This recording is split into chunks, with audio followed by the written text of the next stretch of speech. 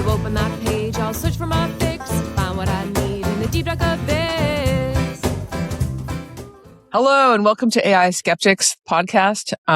We are very, very privileged and honored today to be joined by Kiri Soares, my freshman roommate at UC Berkeley from 1990, who's also featured in Weapons of Mass Destruction and Coded Bias. And she's here today to talk to us about ed tech and AI and education. And you're a New York City principal. Yeah. Yep. I have been, you want me to get a quick bio in? Yeah. Okay. So, my name's Kiri. Nice to meet you. I've been working in New York City public schools since 1997, and I have been the principal of the Urban Assembly Institute of Math and Science for Young Women, an all-girls STEM school that is 6 through 12 school and part of the Urban Assembly Network since 2005, which is when we started planning, and we opened our doors in 2006. And fun fact, this is my final year because I'm going to retire. Yay! Every time I talk to Kiri, she's like, I just did something for the last time. I feel like we should have a countdown clock on this episode to Kiri's retirement. Yep, 66 days till June. Woo-woo! That's school days, not actual days. Who's counting? Yeah, so we wanted to, get as much Kiri as possible in these 30 minutes. We don't have enough time to really get deep, but we wanted to sort of briefly discuss 3 topics, as we do, about ed tech and AI in particular. So from I guess basically the 3 ideas as Jake laid them out, which I liked, was like from the student perspective, from the teacher perspective, and then from the public perspective. So I'm actually going to take this a little bit not necessarily in order. That's so fine. I'll start a little bit with the students. I'll give you a little history about maybe what I'll start first is like from my own perspective. So a few years ago, I saw this was coming. I went to this conference which is called ASU GSV. It is, I always forget what the acronym is. It's Arizona State and something Ventures, but that's where I discovered how prevalent AI had been across so many educational platforms, just not in New York City. When you have a school system the size of New York City, it is the size of a Titanic. So even making small shifts take a little bit of time. Well, that small shift has now landed in New York City in huge ways because it doesn't take a lot of time for a teenager to adopt something and then to really scare you. So then my new thinking about where I am today, this is the event that happened. Every Friday, we do these like fun times with kids. So we were doing like a little crochet circle with the 9th graders. So it's a pizza party at lunchtime during crochet circle. And I'm trying to remember how to crochet, which I don't. And I was listening to my kids. It's 4 of them talking about their AI boyfriend. I was like, come on now. You're what now? Yeah, it's like my AI boyfriend. I really prefer it to a real boyfriend because he really sees nice things to me. And I'm like, what? And so my new thing this is the way that I describe it in terms of my fear about AI with students, especially teenagers. It's like we're sending them out there into the world as if if I were to take myself back to my teenagehood, which was in the 80s. And during the 80s, it was the AIDS crisis. So that's where this metaphor comes from. But it would be like sending me out to have unfettered sex in the AIDS crisis. Good luck with no education. And we're doing that same mistake again, except we solved the problem already. We learned that from the AIDS crisis, we should teach about sex. We should teach people how to be protected. We should do it. And somehow we forgot that lesson. And now we're in AI and we're like, have fun. Go with that boyfriend or whoever or whatever you're doing. Or what's equivalent, like not talking about it at all, not thinking about it at all, like not prepared, just like a blank slate. Yeah. Not. Well, so then you get into the intellectual pieces, right? So that was a shocking emotional piece that I hadn't even entered the landscape of possibility for me until I started talking about it. But Kiri, then that makes me wonder, did sex ed just start during AIDS crisis? And is that... it's such in response to.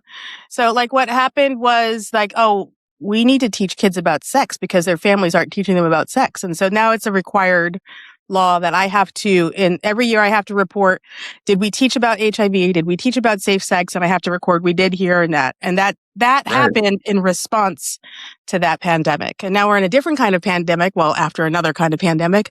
And in what we're thinking about it, there are a lot of dangerous things, but much like sex isn't all bad, right? Like AI isn't all bad either, but you have to be educated. Sex is not all that. Sex I'm is glad not all that. I'm glad we got to that point. Yeah. If there was ever a lob up to Kath, it was sex is not all that. What? No, but it's like, Kiri, that really makes me think, it must have been touchy when sex ed was introduced. The very idea that should be taught in school, or that's a topic area that's even addressable by teachers in school. And the same thing is coming to me now in terms of AI and emotional companionship. Like, does a school have any place in teaching that? I'm sure there would be some resistance from students or parents or teachers to take that on, but it's like really helpful to think about sex ed as an analogy what for does this it look whole like process. what's AI ed, like sex ed? Okay, so it doesn't exist yet. Like, there are some school systems that are ahead of the game, like the Chicago Public School Systems has an entire policy and resource set of like how to really approach AI with kids, families, and the adults in the building. So teachers, counselors, administrators. And New York City is the Titanic, so we move slower. And it is in the process of developing that and rolling it out.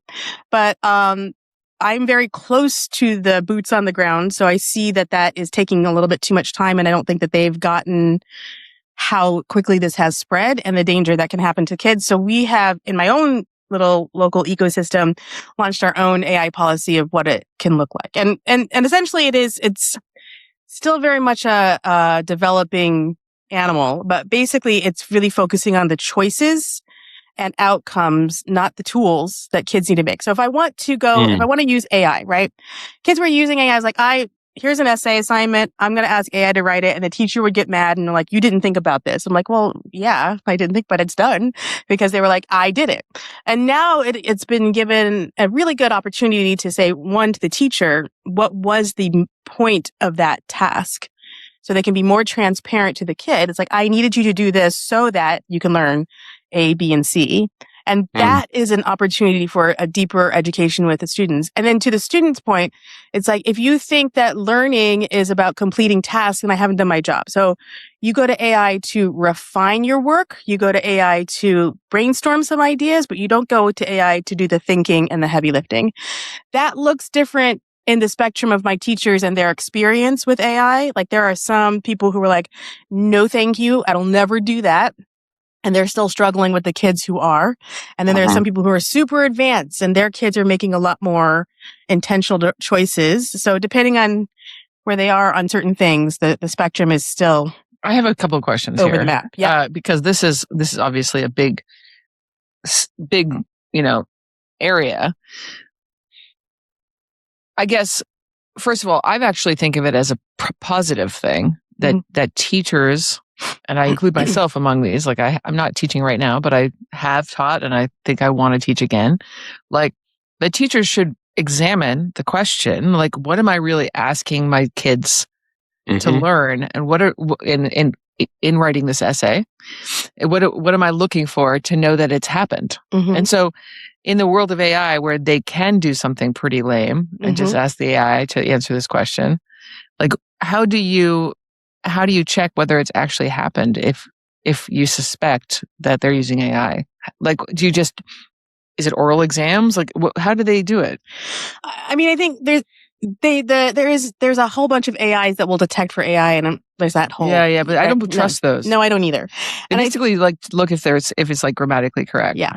So the truth of the matter is that they have to do these performance-based assessments. In New York, they're the regents, and so that we then build them into our classes as well. So like they have to do on-demand assessments in all of their classes, because they have to do on-demand assessments in the end of the year. And so that I leverage that as a control. It's like, okay, so you can choose, like, I think that sometimes it's easy to believe that with the advent of AI, kids are suddenly cheating. But let's be real. Every child has cheated since the advent of school. So. Well, I mean, I would even add that, like, when ChatGPT was first introduced, I was like, oh, good, this is democratizing cheating. Yes.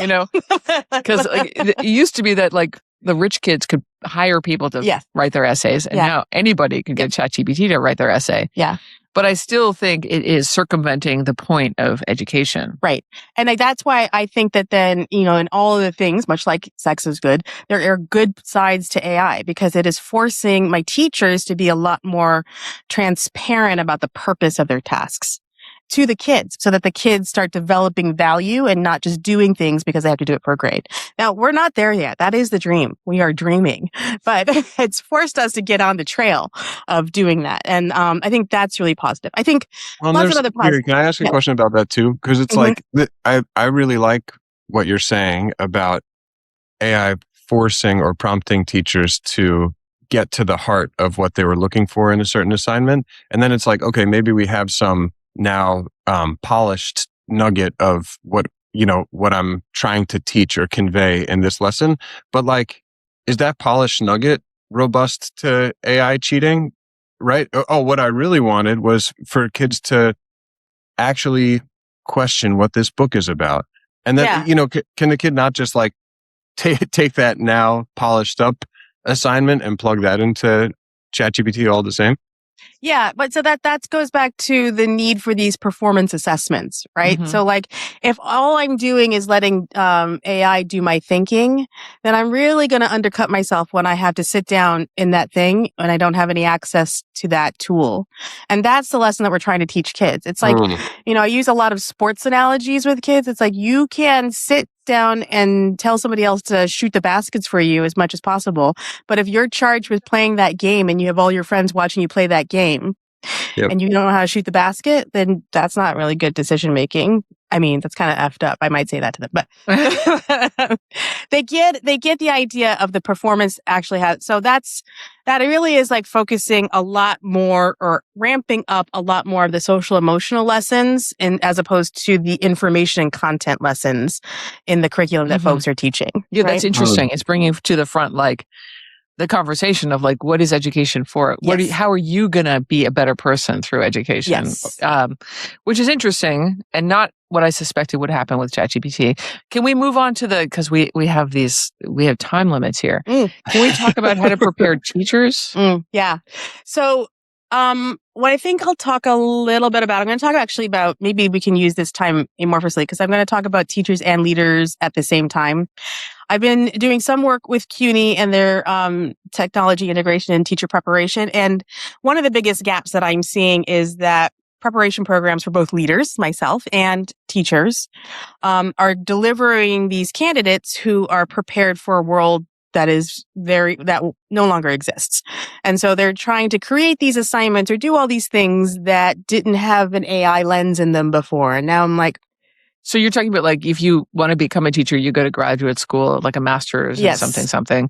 And those master's programs don't have anything about preparing you for the world of AI. They're trying, right? So they're at the very beginning. So like the people that are in my school right now didn't have any of that. So now today they have a little bit, but they're still focused on the task, not the thinking. And I think that this is what I'm trying to get my teachers to do for my kids, and I'm trying to get myself to do for my teachers, is that you cannot prepare individuals or kids or anybody for specific tools. The tools change so fast. And in fact, you can go to these things like PlayLab or wherever to build your own tool for whatever you know. Like I just built a tool for my payroll secretary to like be able to ask questions about how do I purchase things in the DOE. Like godsend, by the way, that's another good thing.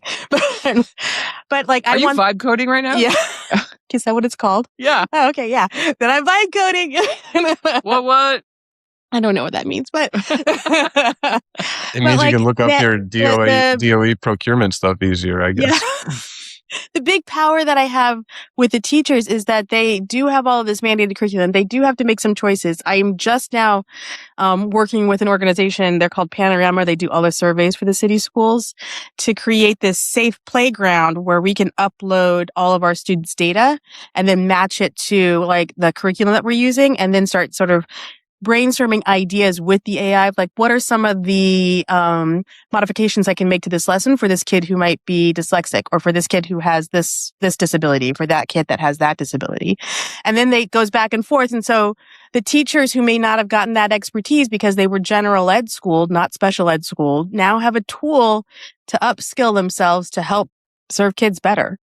At the same time, kids can say like, I never learned fractions. Can you teach me fractions like I'm a third grader without the shame of being at a junior class, not knowing how to do fractions? Like they can do that on their own and that's private. So there's really good things, but if we don't teach them where the pitfalls are or set up guardrails for them, They go do dumb things because they're teenagers or young teachers. This is sounding more and more like sex. Yes. I So- think the sex analogy is perfect. Wait, what's the metaphor for the kinky sex though? Well, they'll do fucked up things with it. Can I say fucked up? Oh, absolutely. We Yeah. require Yeah, we're explicit. I don't want to This be the only podcast one is dropping explicit. explicit right here. Okay. Or like the boyfriend, right? Oh Like yeah. the boyfriend, the emotional support that they get. Like, because teenagers don't understand the sycophancy of AI. They don't get it. They're like, oh, it really does like me. I am a really good person. I was just talking to David Adams, CEO of the Urban Assembly, about this. Like, I actually think that I started, this was about 4 hours ago. This is a brand new idea, hot off the presses. I used to think it was really disgusting and quite offensive that it was so like pandering to people. Kiri, that's such a great idea. I love the way you think, right? But then I realized it's like kids. As a New Yorker, you're offended. Yes. You're like, literally, fuck you. What are you? Who are you? But then I put myself in the shoes of a 13-year-old girl who never hears that. Yeah. And I'm like, I see the allure and I understand the power, right? You know, but I mean, okay. I mean, That's don't get me what- started, but you Yeah. just did, which Yeah. is to say, like, go for it. 13-year-old girls do want to hear that. I Yes. remember being 13. No. Yeah. And I still want to hear that. I'm Yes, 53. Yes. But it's dangerous Yes. because it means like that's the only person you ever want to talk to. Yes. That's what I'm saying. That's the kinky stuff, right? Because then Mhm. they end up in that spiral because they're not able to say that's a machine, right? And then, and the other problem is like they're in the miserable teenage years where everybody's not telling them how great they are, including my own teachers, which I'm also working on. But like, if that's why it scares me, because if they are getting that from an AI, and I know they're not getting it enough from the actual humans, Yeah. then the version of their self-affirmation is going to be incredibly, incredibly distorted. Mhm. And I don't know what the long-term outcomes of that is.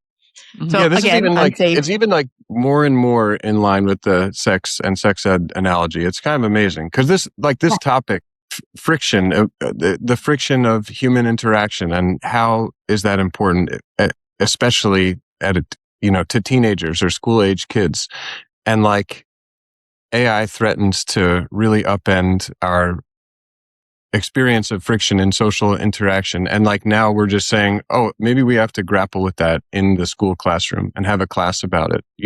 It's I mean, just the topic is to like torture this analogy a little bit.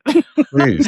I just With a remember whip. so many like sex ed Yes. classes ending with somebody with a condom over their Yes, head being yes. like, he said the condom was too small. Yes. No, it wasn't, And I want to know, what's the condom of AI? Yeah. How do Yeah. we inoculate ourselves in a way that like actually, it probably decreases our pleasure a little bit, but it's worth it? Yeah.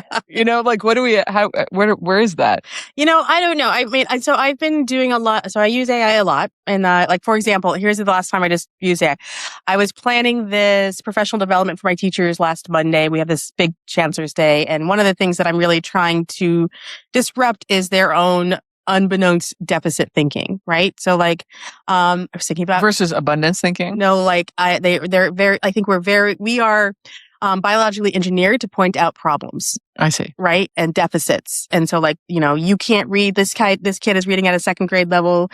They can't add, they can't do this. So they'll focus on what the kid can't do. Yes. Yeah. Right. And so what happens is that then you can't name the things that the kids can do. And then it sort of undermines their autonomy and agency to be able to succeed in an academic setting. Because the reality is that when they arrive at school and they have been living in poverty for the last 11 years, the reason why they can't do things is because they didn't have a lot of the resources to learn how to do those things. And now they're arriving with a teacher who says, well, you can't do those things. So it's a shaming thing. What made me think it's a very big shaming thing that they can do it. And everybody knows it's wrong. So they themselves feel shamed. And so they don't confront it. Right. So it's like a whole shame spiral. And so then I said, chat, this is what I want to do. I was like, I want to figure out how to like get folks to, I said to chat, it's about the quality of prompting, right? I want to decouple the shame from deficit thinking. I need some ideas to like let people understand that this is how your brain works, how it's engineered to work. Gave me really great ideas. It gave me these 3 ideas, which is like, well, you can just show them how your brain automatically completes things. So like twinkle, twinkle, little, Star, ready, set, go, cross your arms. cross your arms. Go ahead, cross your arms. Okay, now cross them the other way. How did that feel? Weird. Yeah. So the whole idea is like your brain is like set these patterns up because to identify negative So we have to actually be more intentional to be able to narrate the competencies. But I didn't come up with that idea by myself. I had to talk to AI about it. And now I want to step outside of that and say, how did I know that there was a lot of shit that it gave me first? And then how do I know what the shit was? And then make it do something that is a lot more functional to me. So I think so long story short, it is about the decision making and questioning and all of these deeper critical thinking skills that are much more important than, hey, Google, when did Lincoln get shot? You know, right. The fact finding. The fact finding content stuff. But even so, if you don't mind me like summarizing that in a much less beautiful way, like that it's the condom maybe is to remember that it's a tool. Yeah. That can be useful if you have the right question. Yeah. And that's it.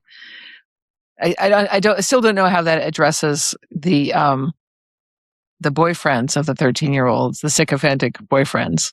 Well, that I think you did is to remember what you're talking to. Yeah. Right? Like this isn't real. Yeah. Right? This is if we can help them frame, this is a tool to help you practice. So this is going into the teacher preparation work that I was working with Rhonda Bondi at Hunter. We did this piloted this AI micro certification for teachers, but we nested it inside her special education program. So teachers can get special ed credits towards a special ed certification and get this special AI micro cert. And during that, what her team did is like figured out how to use AI to help the teachers develop their facility in supporting kids. So whether it be like conferences with one-on-one conferences with kid, and then she'd like, okay, or like chat GPT, you are a kid with this disability. And now we're going to have a one-on-one conference about your numeracy issues or whatever it is. So they would practice doing the whatever interventions or whatever assignment they had. AI became a practice tool for them. Right. Which, when you take a step back for learning, anybody's learning, adult learning, kid learning, you need a lot of at-bats. And the problem is that during the school day, there's not a whole lot of time to do at-bats. And then you're at home by yourself, not with your colleagues, not with the kids. Yeah. So how do you get the practice to be better? And isn't it better to practice before you start practicing on the live human? Right? So, and even if it's not a perfect facsimile of a kid with this particular thing, you got some practice, right? Especially when you're first learning, right? So I do think that there's benefits to that leveraged use of AI for like an initial learning. I definitely think there's ceilings. I don't think it can get you to a level of expertise, but it can get you to a solid C plus, maybe. Right.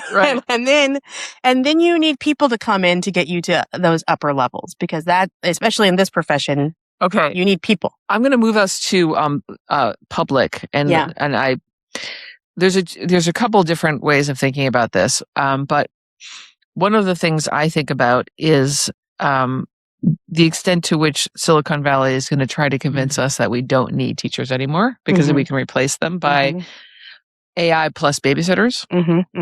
So that's one thing you could talk about. But I guess the larger question is like in the context of AI tutors, and let's assume that in the future or the near future, they are quite good at getting people to maybe even a B or a B plus.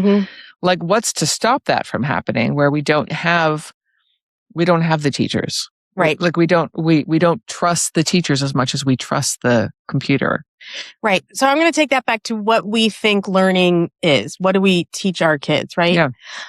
When you think, I'm just going to let me just do a little litmus test on you two. When you think back to your own high school experience, what are the things that you remember the most? My crushes. Gym class. Why gym class? This was excruciating. How so? So embarrassing. Okay. How about you, Jake? I remember two classes. Well, one class, philosophy class, and then a teacher, my math teacher, Arki, who I took 2 calculus classes from. What was so special about those classes?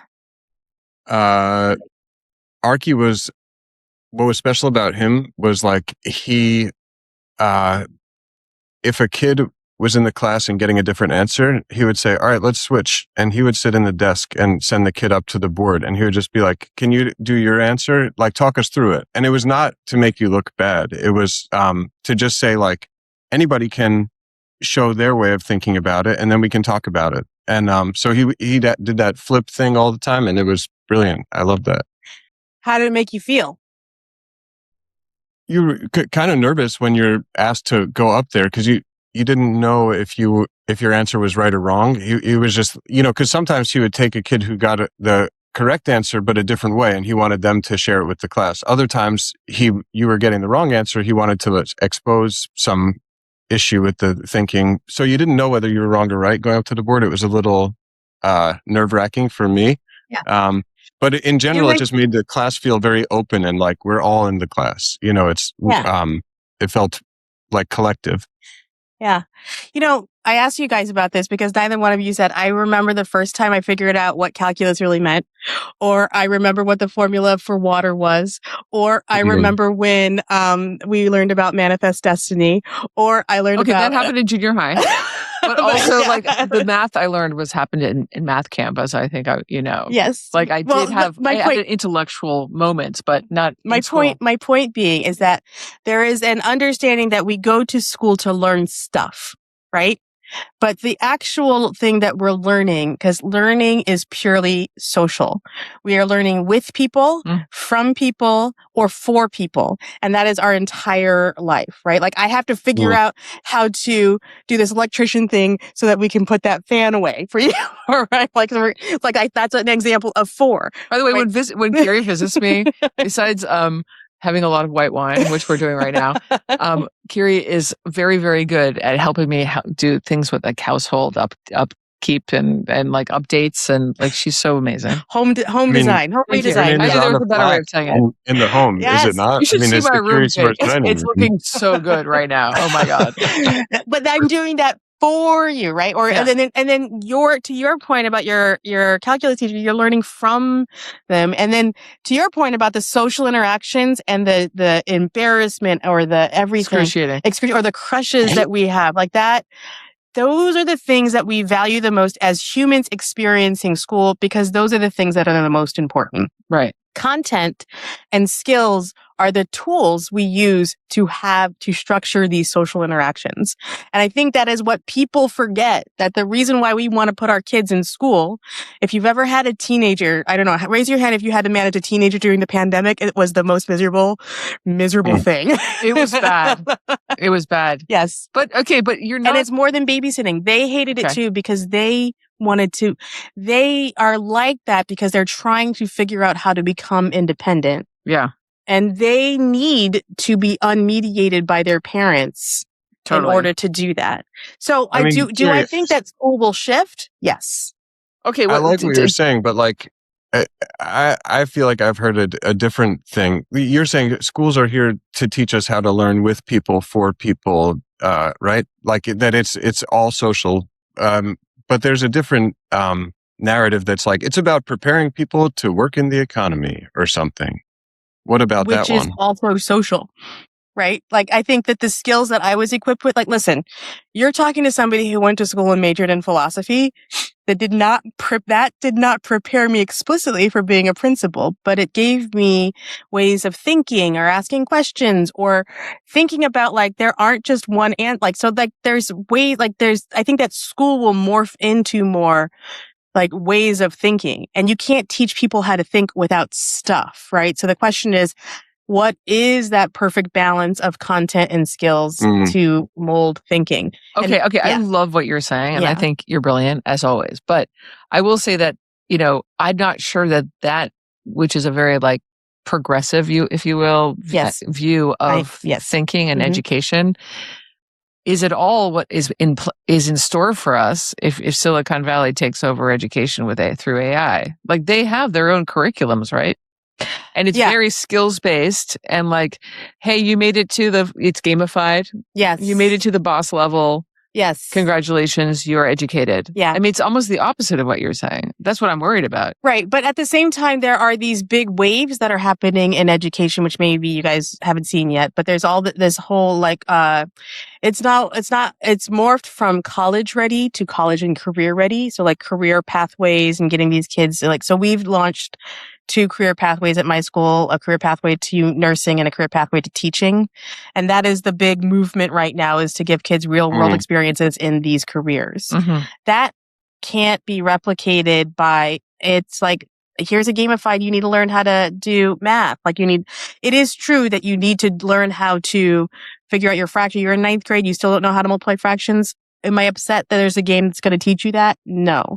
But that is balanced. And also across the states, they are shifting graduation requirements. So like New York State is shifting away. They have this new portrait of a graduate now, where it's shifting away that the regions are the only way that they test the exams. I think in Massachusetts, they call it the MCAS. Yeah, no, MCAS is no longer a requirement. Yes. In Massachusetts. Oh, wow. So it is it is not the, right? So, and now the things that are coming to replace it are these experiences like internships in a hospital or teaching. Okay, Kiri, we have to stop. Okay. But I wanted to ask just like one last thing. Yes. Sorry. Am I going on? No, I love it. Okay. Everything's curious, great. like, I wish we had more time. Okay. I just can want to talk say like forever. 40 years from now. Yes. Ooh. I mean, it could be 20 years from now, but Yeah. like take this to the sort of asymptotic limit of what you think might be happening. I mean, okay. So I think that eventually schools will get their shit together and create policies like Chicago Public Schools did to corner AI into a tool situation. Because I do think that there is nothing more visceral than people worried about their children. And there is nothing more quick to make a parent sue than fucking up your kid. So, because we're afraid of litigation. So schools aren't going to allow them to just I think go just off and fear of litigation. They're going to put guardrails on. It's just taking them a long time. So they will eventually do that. I also think that those guardrails will probably squash the utility and amazingness that AI could bring. So like, and from an equity thing, it's like our kids who arrive without the things that that other kids had when they were like 0 to 11, like AI can accelerate closing those gaps if we use it appropriately.